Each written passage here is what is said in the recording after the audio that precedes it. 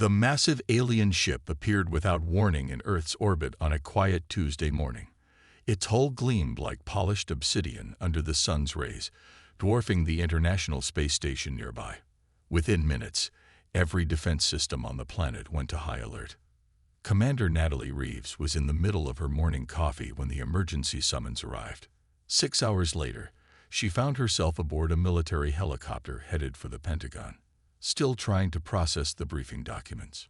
"They're calling themselves the Galactic Council," General Harris explained as they hurried through secure corridors. "Representatives of over 200 spacefaring civilizations, and apparently they want to talk to us." Natalie nodded, her mind racing. "Why me, sir? Your background in international negotiation and xenolinguistics makes you our best option on short notice. Plus, you've got the security clearance." The general paused outside a heavy door. "We need someone who can think on their feet. That's you." Inside the room, screens display the alien vessel from multiple angles. Scientists and military personnel spoke in hushed, urgent tones. "They're requesting a meeting," someone said, "on their ship." Within hours, Natalie found herself on a shuttle ascending toward the massive alien vessel. 2 senior diplomats and a science advisor accompanied her, all looking equally nervous. The interior of the council ship was breathtaking. Soaring ceilings with lights that seemed to float in midair, surfaces that shifted color as they walked past. Their escort, a tall blue-skinned being who introduced himself as Zelter, led them to a circular chamber. 3 other aliens waited inside. One resembled a giant serpent with 4 arms. Another looked almost human except for the silver skin and extra set of eyes, and the third seemed to be made of living crystal. "Welcome, humans," the crystal being said, voice resonating like wind chimes. "I am High Counselor Thex of the Thetraxians. We have been observing your civilization for some time." Zelter stepped forward. "The Council offers Earth membership among the galactic community. This is a great honor. Few species at your development stage receive such an invitation." Natalie noticed the slight condescension in his tone, but smiled diplomatically. "We appreciate the opportunity. What would membership entail?" The serpentine creature unrolled a holographic document. "Standard terms. Earth will receive protection from hostile forces, access to basic-level technologies, and limited trading rights." In exchange, Zelter continued, "Earth will provide annual resource tributes, primarily rare metals, water, and biological samples. Some restrictions on space travel and weapons development will apply." For 3 hours, Natalie and her team reviewed the details. The more she read, the more her stomach knotted. The protection seemed unnecessary based on their own data. The basic technologies were barely better than what Earth already had. The limited trading rights restricted Earth to the lowest economic tier. Meanwhile, the resource demands were enormous, enough to drain Earth's reserves within decades. The restrictions would essentially halt human space exploration. It wasn't an offer of membership. It was colonization by another name. Natalie closed the document and stood up. "Thank you for your time, but we need to consult with our leaders." "Of course," Zelter said smoothly. "The Council allows 48 hours for preliminary acceptance." "That won't be necessary," Natalie said. She gathered her materials and nodded to her team. "We're leaving." The aliens stared in shock as the humans turned toward the exit. "No species has ever walked away from Council negotiations," the serpent hissed. Natalie paused at the doorway. "There's a first time for everything." Back on Earth, she stood before the Joint Chiefs and the President, explaining what she had discovered. "They don't want partners," she concluded. "They want resources and control. I recommend we refuse their offer completely." President Morgan nodded slowly. "That's a risky move, Commander." "Yes, Mom, but accepting those terms would be suicide by 1,000 cuts." The President looked around the room. Opinions? After hours of debate, the decision was unanimous. Earth would do something unprecedented in the Council's long history. They would refuse diplomacy entirely. No one knew what would happen next. 3 days after Commander Reeves walked out of the negotiations, the Galactic Council returned. This time, their ship positioned itself directly over New York City, casting an ominous shadow over the bustling metropolis. Panic spread quickly despite government assurances. High Ambassador Zelter requested an immediate meeting on neutral ground. The United Nations building was chosen, with heavy security surrounding the area. Commander Reeves stood beside President Morgan as the alien delegation entered the conference room. "Your response was unexpected," Zelter said, his blue skin flushing slightly purple around his neck frills. "Perhaps we failed to properly explain the benefits of Council membership." President Morgan shook her head. "The benefits were clear. So were the costs. Our answer remains the same." Dr. Henry Walsh sat quietly in the corner, recording every word and gesture. As Earth's leading xenoanthropologist, his job was to analyze the aliens' communication patterns. His tablet filled with notes as the meeting progressed. No developing world has ever refused Council protection. The crystal being named Thex chimed in. "It would be unwise to reconsider." Walsh noticed how they repeatedly used words like developing, primitive, and unwise, subtle linguistic tactics designed to establish superiority. The meeting lasted 5 hours, with the Council offering minor adjustments to their original terms. President Morgan called for a short break, pulling her team into a side room. "They're not negotiating in good faith," Dr. Walsh said immediately. "Every concession comes with 2 hidden costs. Look here." He showed them his analysis. "They've used these same tactics with at least 3 other species according to their own historical references." Commander Reeves nodded. "Their body language shows frustration, not compromise. They expected us to cave by now." President Morgan rubbed her temples. "We need more time. I'm calling an emergency summit of world leaders." 2 days later, representatives from 27 nations gathered in a secure underground facility in Switzerland. Dr. Walsh presented his findings, including evidence of how the Council had treated other developing worlds. Based on their own statements, planets that accept membership at our tier become resource colonies within 50 years, he explained. Technology transfers are minimal, while resource extraction is substantial. The Russian president leaned forward. "What happens to planets that refuse?"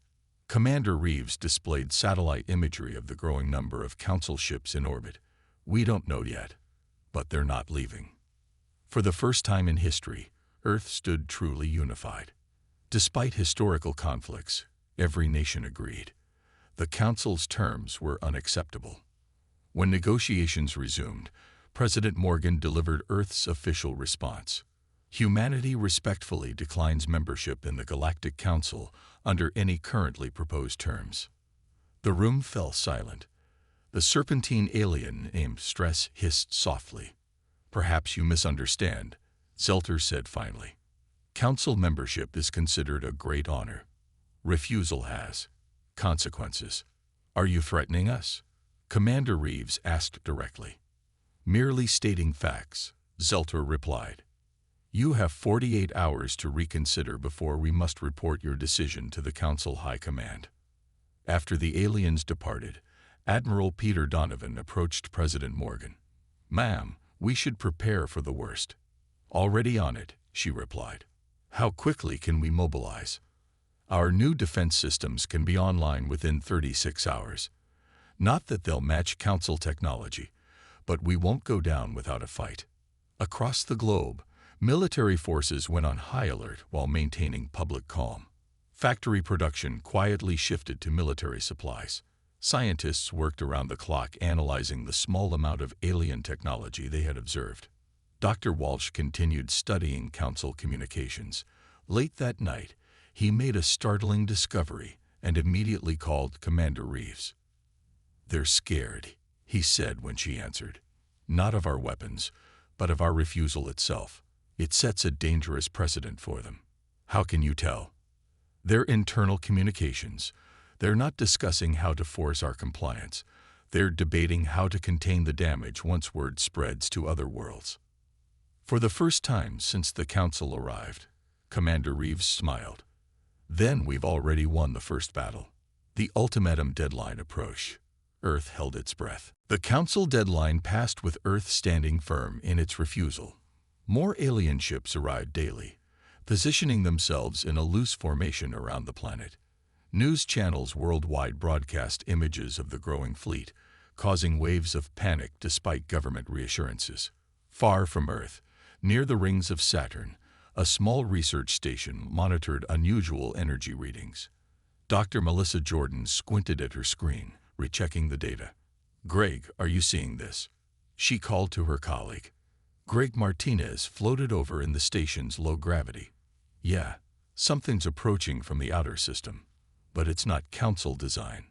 A small craft, barely larger than a shuttle, emerged from behind Titan. It moved cautiously, using Saturn's rings for partial cover from the Council ships near Earth. "They're hailing us," Melissa said. "Private channel." The screen flickered to life, showing a being with pale gray skin and large dark eyes. Unlike the Council members, this alien looked nervous. "Humans, please respond. I am Krentar of the Rylaxians. I must speak with your leaders urgently." Back on Earth, Professor Alan Griffin was awakened by a secure call from NASA.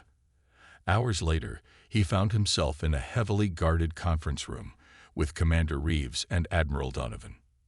"The transmission is genuine," Griffin explained. "The Rylaxians are Council members, but apparently an unwilling faction."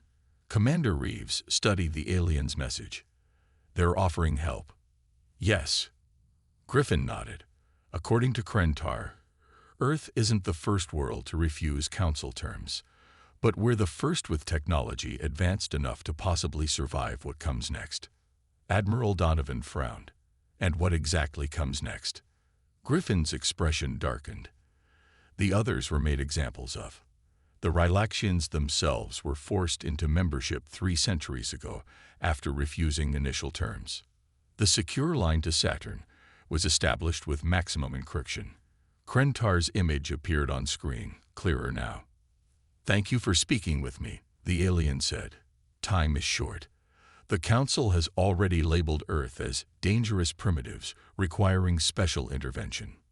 "What does that mean?" Commander Reeves asked. "It means they will not offer terms again. They will take what they want and establish a puppet government."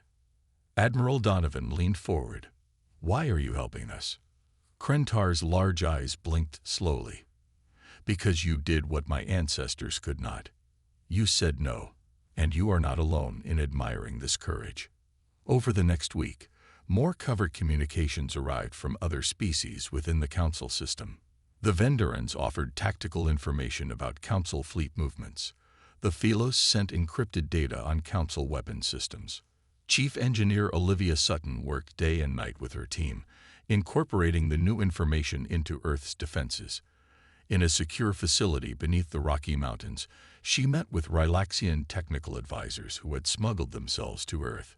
Their shield technology relies on predictable energy patterns, Olivia explained to Admiral Donovan.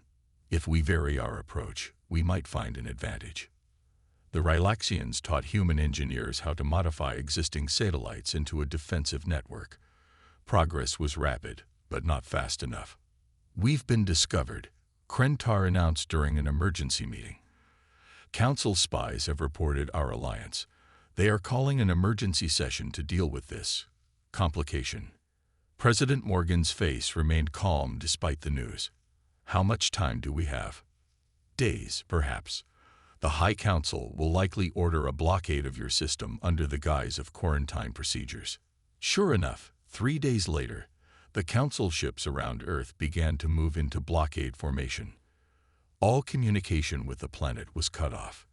Council Ambassador Zelter delivered a final message before departing. "For the safety of all Council worlds, Earth is now under quarantine. Any attempt to break this blockade will be met with immediate defensive action." As Zelter's ship left orbit, Admiral Donovan turned to Commander Reeves. "And so it begins." Commander Reeves nodded grimly. "Yes, but not how they expected. Thanks to our new friends, we're not as helpless as they think. Across the solar system, Humanity prepared for a fight that would determine its future among the stars. 2 weeks into the blockade, Earth's outer defenses were ready for testing. Captain Daniel Brooks piloted the experimental shuttle toward the edge of the moon's orbit. The small craft looked ordinary from the outside, but inside it carried technology that didn't exist on Earth a month ago. "Control, this is Brooks. Approaching checkpoint Alpha," he reported. In the underground command center, Olivia Sutton monitored the readings. "Looking good, Captain. Council patrol ship approaching from your northeast quadrant." Daniel took a deep breath. "Here we go." The Council vessel was 10 times larger than his shuttle. Its sleek purple hull gleamed as it moved to intercept him. "Human vessel, return to your assigned orbit immediately," came the automated warning. Daniel ignored it and activated the new shield system. A soft hum filled his cabin as the Rylaxian design technology came online. The Council ship fired a warning shot, a beam of yellow energy that should have disabled his engines. The beam hit the shield and dispersed harmlessly.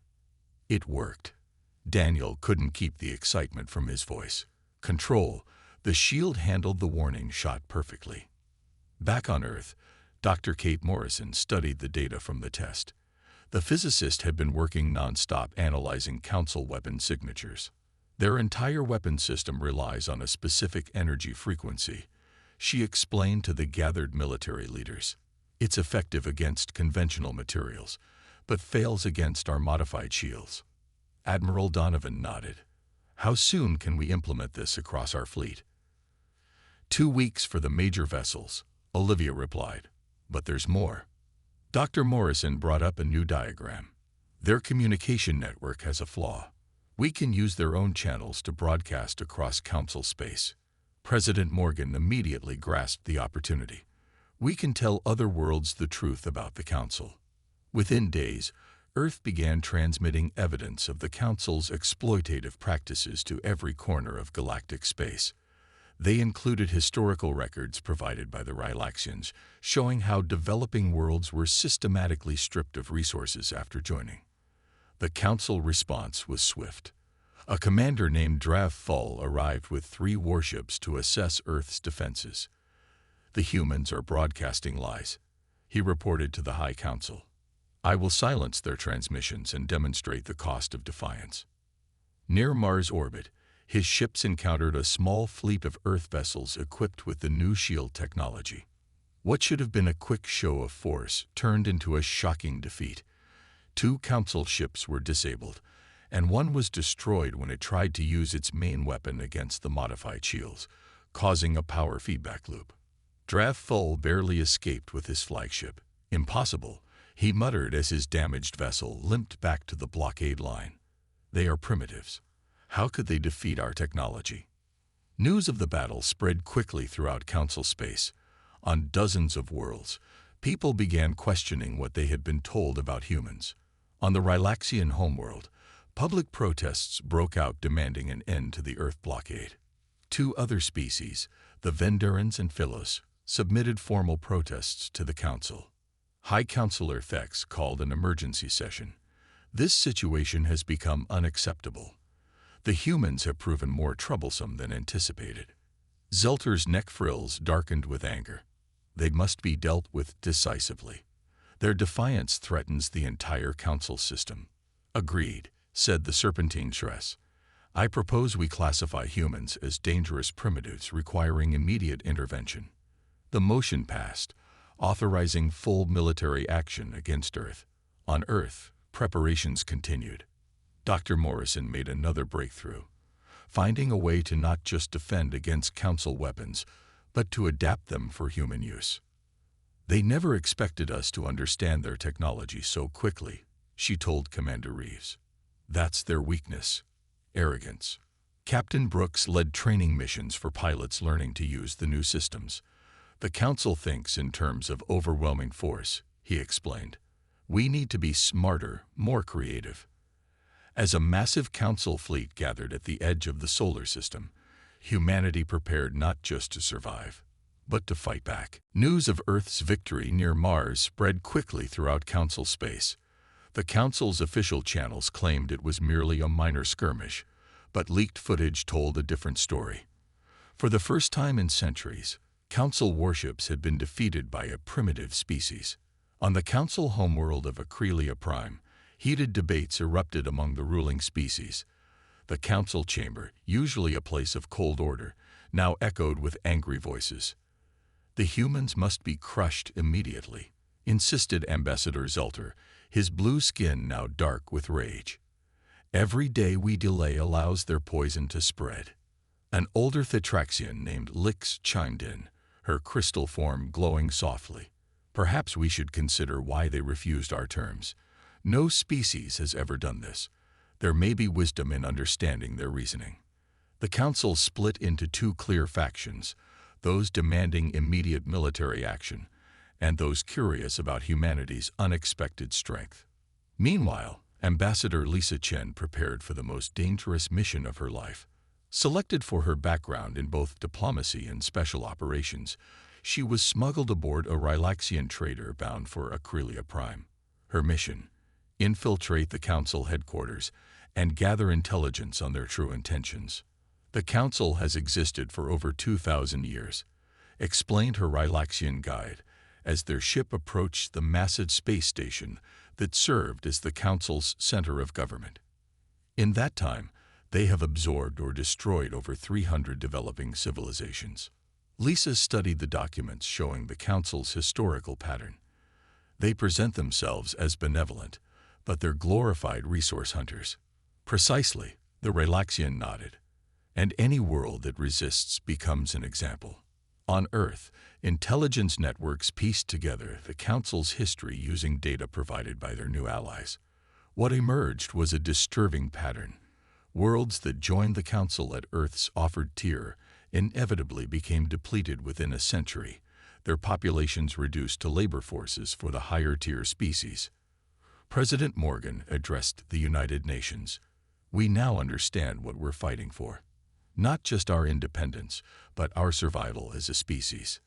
The speech was broadcast across Council space through the hacked communication channels.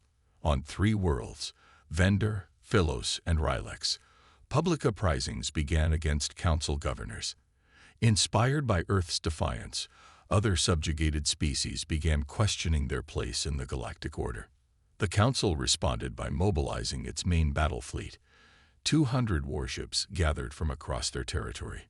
Supreme Commander Vexthar, a veteran of a dozen planetary subjugations, was given full authority to end the human problem. We will make such an example of Earth that no species will dare defy us again, he promised the Council. As the fleet prepared to depart, Ambassador Chen accessed the Council's secure archives. What she discovered sent her racing back to her hidden transmitter. The Council is scared, she reported to Earth. Not just angry, genuinely frightened. Earth isn't the first to refuse them, but we're the first with the technology to fight back effectively. Admiral Donovan received the message in the war room beneath Denver. That confirms our suspicions. They can't allow us to succeed because it threatens their entire system of control. Earth prepared for invasion, dispersing its forces throughout the solar system. Hidden weapons platforms were placed in asteroid fields. Defense systems were disguised as research stations. Everything was designed to make Earth appear less defended than it actually was. Then, unexpectedly, a new player entered the game. A delegation from the Quarians, a highly advanced but traditionally neutral species, requested a meeting with Earth's leaders. We have observed your resistance to Council authority, their representative stated. This is unprecedented and interesting.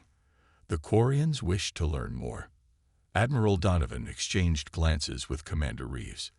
This could change everything. As Vexthar's fleet entered the outer solar system, humanity gained a powerful potential ally. The coming battle would determine not just Earth's fate, but possibly the future of the entire galaxy. The massive Council fleet entered Earth's solar system with overwhelming confidence. 200 warships moved in perfect formation, their hulls gleaming under the distant sun. Supreme Commander Vexthar stood on his flagship's bridge, watching tactical displays with cold satisfaction.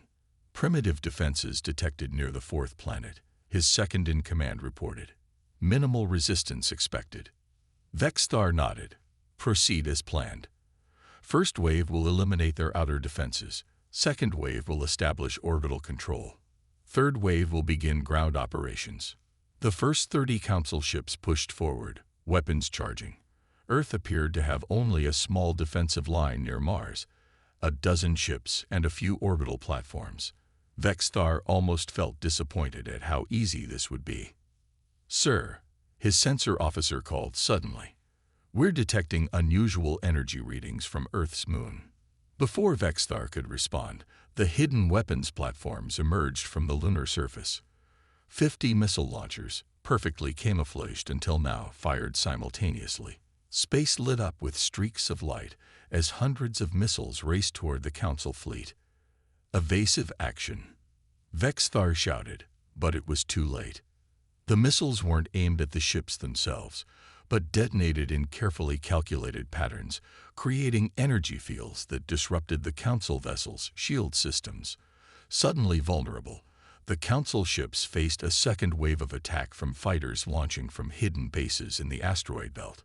Lieutenant Ryan Cooper led the first squadron of Earth fighters. His voice was calm as he gave orders to his team. "Remember your training. Their ships can't handle rapid direction changes. Use that against them." His squadron darted between the massive Council warships, firing precisely at the weak points identified by their Rylaxian allies. 3 Council vessels exploded in quick succession. On Earth, General Susan Martinez monitored the battle from command headquarters. As the Council fleet regrouped and pushed forward, she initiated the next phase of Earth's defense plan. "Operation Ringfence is a go," she ordered. The seemingly retreating Earth vessels led the pursuing Council ships toward Saturn. Vexthar, eager to crush the resistance, followed without hesitation. "They're running scared," he told his officers. "We will destroy them among the ringed planet's moons." What he didn't know was that Earth had spent weeks preparing Saturn's rings for this moment. Thousands of stealth mines had been hidden among the ice particles. As the Council fleet entered the ring system, General Martinez gave the signal. "Activate the minefield." The rings of Saturn came alive with explosions. Council ships, caught in the carefully planned trap, suffered massive damage. Their formation broke apart as captains tried desperately to escape the minefield. The battle raged for hours. Earth lost 23 ships and over 300 crew members. The Council losses were far greater. 47 ships destroyed and dozens more crippled. Vexthar's flagship limped away from Saturn, its weapon systems offline and hull breached in multiple sections. "Impossible," he muttered, watching his fleet scatter. "They are savages. How could they plan such a strategy?" What worried him more was the behavior of his own forces. For the first time in Council military history, ships from the subject species were ignoring commands from their Akrelian officers. 3 vessels crewed primarily by Vendurans had refused to fire on Earth ships. A Rylaxian transport had actively sabotaged 2 Council destroyers. The unified command structure that had made the Council fleet invincible for centuries was breaking down. Back on Earth, Admiral Donovan assessed the battle results with his team. "We've bloodied their nose, but this is just the beginning. Vexthar will regroup and return with a new strategy." Commander Reeves nodded grimly. "At least we've proven we can fight. That alone will shake the Council's confidence." The Quarian representative, who had observed the battle, approached them. "Impressive. Most species simply surrender when faced with a Council fleet. Humans don't give up easily," Admiral Donovan replied. "So we see," said the Quarian. "My people have decided. We will provide technical assistance against the Council. Their dominance has lasted too long."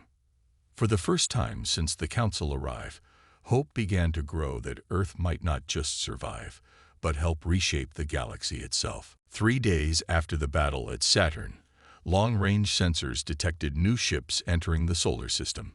Admiral Donovan prepared for a second council attack, but Commander Reeves noticed something unusual about the incoming vessels.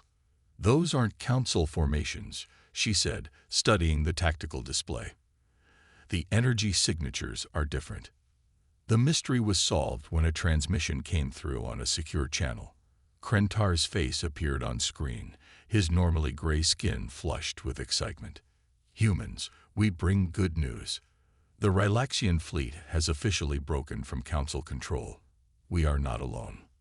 Behind him, dozens of ships could be seen. Vessels from not just Rylax, but also Vendor, Philos, and 3 other species.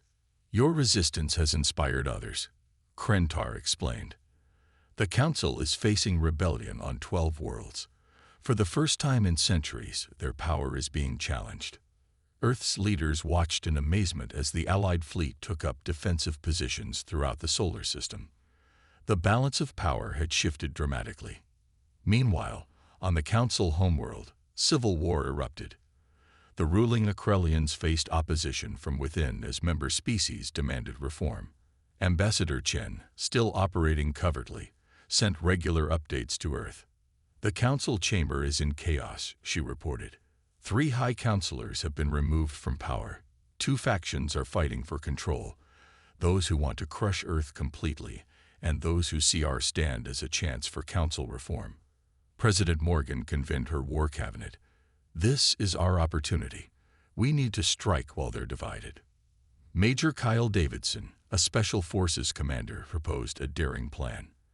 "If we can infiltrate their flagship and access their central command network, we could gain critical intelligence about their entire system." The mission was incredibly dangerous, but Davidson insisted on leading it himself. With a small team of operatives and 2 Rylaxian guides, he boarded a captured Council shuttle and headed for Vexthar's damaged flagship, now undergoing repairs near Jupiter. Using Council access codes provided by their allies, Davidson's team boarded the massive vessel. They moved silently through its corridors, avoiding patrols. "Their command structure is their strength and their weakness," Davidson whispered to his team. "Everything flows from the top down. We find their central database, we find their vulnerability." After tense hours of searching, they located the ship's main computer core. While his team stood guard, Davidson connected a special device designed by Earth and Quarian engineers. It bypassed the Council's security measures and downloaded terabytes of classified information. "Jackpot," Davidson muttered, watching the data transfer. "Fleet movements, command protocols, security codes. It's all here." The team escaped just as alarms began to sound, racing back to their shuttle and breaking away from the flagship. Council gunships pursued them, but Rylaxian cruisers appeared to provide cover, allowing Davidson's shuttle to escape. The intelligence proved invaluable. Earth now had complete details of the Council's command structure, communication protocols, and military doctrine. Admiral Donovan immediately proposed a bold new strategy. "We don't need to defeat their entire fleet. Their system relies on absolute authority. If we challenge that directly, their whole structure could collapse." Earth and its allies developed a radical proposal, a new galactic confederation based on equal representation rather than the Council's tiered system of control. "Let the galaxy choose," President Morgan announced in a broadcast sent throughout Council space. "Join us in building something better than the Council's empire of exploitation." The message resonated across dozens of worlds. 7 mid-tier Council species officially broke away and pledged support to the Confederation idea. Even on the Akrelian homeworld, lower castes rose up against their rulers, demanding representation in galactic affairs. Vexthar, desperate to regain control, gathered his remaining loyal ships for one final assault on Earth. The Council loyalists still outnumbered Earth's forces, but the gap was closing rapidly as more ships defected. Admiral Donovan prepared his fleet. This will be the decisive battle, not just for Earth, but for the future of galactic society. The 2 fleets approached each other near Earth's orbit, weapons primed. The galaxy held its breath. The final battle was not what anyone expected. As Admiral Donovan's fleet faced the remaining Council loyalists near Earth's orbit, something unprecedented happened. 7 Council captains switched their communication channels to the open frequency used by Earth and its allies. "We no longer recognize Vexthar's authority," announced the captain of an Ekrelian cruiser. "We wish to discuss terms." More defections followed. What should have been a desperate last stand turned into a negotiated ceasefire. Vexthar, seeing his fleet crumble around him, retreated with his few remaining loyal ships to the outer system. 1 month later, Earth hosted the first Confederation Congress. Representatives from 27 species gathered in a specially constructed dome in Geneva. The Council's rigid hierarchy was replaced by a circular chamber where all delegates sat as equals. President Morgan opened the proceedings. "Today we begin something new. Not an empire, not a council of rulers and subjects, but a true confederation of worlds." The Rylaxian delegate Krentar spoke next. "For centuries, my people lived under council control. Today we stand free, thanks to humanity's courage to simply say no." Not everyone welcomed the new order. Former council elites sent agents to disrupt the Congress. During the 3rd day of meetings, security systems detected explosives planted near the main chamber. Lieutenant Colonel Jack Williams, heading the multi-species security team, managed to evacuate the building minutes before the devices detonated. "The old council won't go quietly," he told Commander Reeves as they surveyed the damage. "They've controlled the galaxy too long to give up easily." Williams was right. Over the next weeks, sabotage attempts continued. But each one brought the diverse species of the new Confederation closer together. Humans worked alongside Rylaxians, Vendorans, and even reformed Ekrelians to build something unprecedented in galactic history. Dr. Eleanor Bennett led a team developing a new translation system designed to prevent the kind of linguistic manipulation the Council had used for centuries. "Language can be a weapon," she explained to the Confederation delegates. The Council used selective translation to control how species communicated. "Our new system ensures everyone hears what is actually said, not what someone wants them to hear." 6 months after Earth's refusal of Council diplomacy, the galaxy had transformed. The old Council still existed in distant systems, its power greatly diminished. 17 former Council worlds had joined the Confederation, with more applying each month. Admiral Donovan, now serving as Earth's Confederation representative, met with Commander Reeves in his office overlooking Lake Geneva. "Did you ever imagine it would end like this?" he asked, gesturing to the ships of a dozen different species visible in the sky above them. Reeves smiled. "Not in my wildest dreams. I just wanted to protect Earth from a bad deal." "That's what impressed them the most, you know," said a voice from the doorway. Krentar entered, his gray skin now adorned with the blue markings of a free Rylaxian. "Not your military strength, though that helped. It was your moral courage." "Moral courage?" Donovan asked. "Yes, to refuse unfair terms even when facing a seemingly superior force. In all the Council's history, they never encountered a species willing to risk everything for fairness." Outside the window, a new ship entered orbit, the first vessel built jointly by humans and their allies. Its design combined technologies from 5 different worlds, creating something stronger than any could have built alone. The remaining Council loyalists had retreated to distant systems, promising to restore their former glory. No one doubted they would try, but the galaxy had changed forever. That night, at a celebration marking 6 months since the formation of the Confederation, President Morgan raised a glass. "To the most powerful word in any language," she said, "the word that changed the galaxy." Everyone present, human and alien alike, understood immediately. "No," they responded in unison, their diverse voices joining in the simple word that had begun everything. In refusing diplomacy, humanity had found something greater, true partnership among the stars.